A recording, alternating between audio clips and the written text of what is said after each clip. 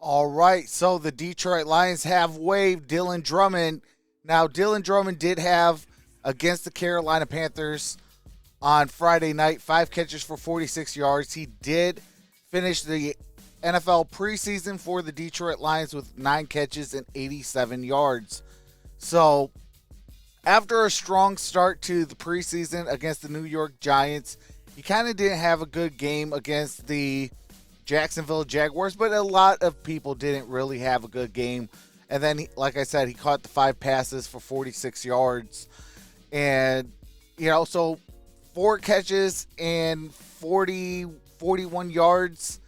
And then 5 catches for 46 yards doesn't really jump off the page. Now, being waived, that does put him in a category where he cannot be touched until Wednesday, and that is following tomorrow's deadline at 4 o'clock p.m. And then after 4 o'clock on Wednesday, then the Detroit Lions can kind of start making moves for the practice squad and, start putting claims and stuff like that for these waived players. Now, if they are longer than 5 years in the NFL, then they can be released and they're a free agent, free to sign anywhere, any given time. But if they are waived and they are under three or 4 years or less, then they do have to be waived, and then they go into the pool of waiting till Wednesday to finally be picked up or get onto a different team and things of that nature for practice squad, active rosters on somebody else's 53-man and things of that nature. But this kind of is saddening a little bit to me because I was really rooting for Dylan Drummond. I mean, from what he did in practice, day in and day out, from what he did in preseason, I was kind of rooting for this kid. Now, hopefully we could get him on the practice squad. This is not the end of the road for Dylan Drummond as far as the Detroit Lions. And it shouldn't be because, we got some good guys, and it's going to be tough. Cut days, it's the worst. You hear Brad Holmes, you hear Dan Campbell, and things of that nature. You even hear Danny Rogers on Twitter saying, I hate this time of year because, you get so attached to these players, knowing their backstory, things of that nature, and then, hey, one day they're in the building, the next day they're not.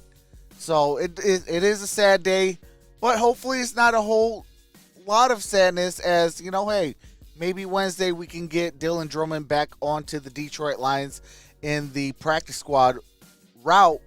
And, we can continue where we can go with his development.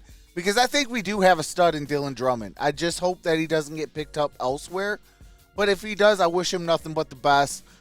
Kid just goes out there with his lunch pail and works. So, man, tough to break this news. But, it's news nonetheless. But Dylan Drummond being the 14th player released in on these cuts.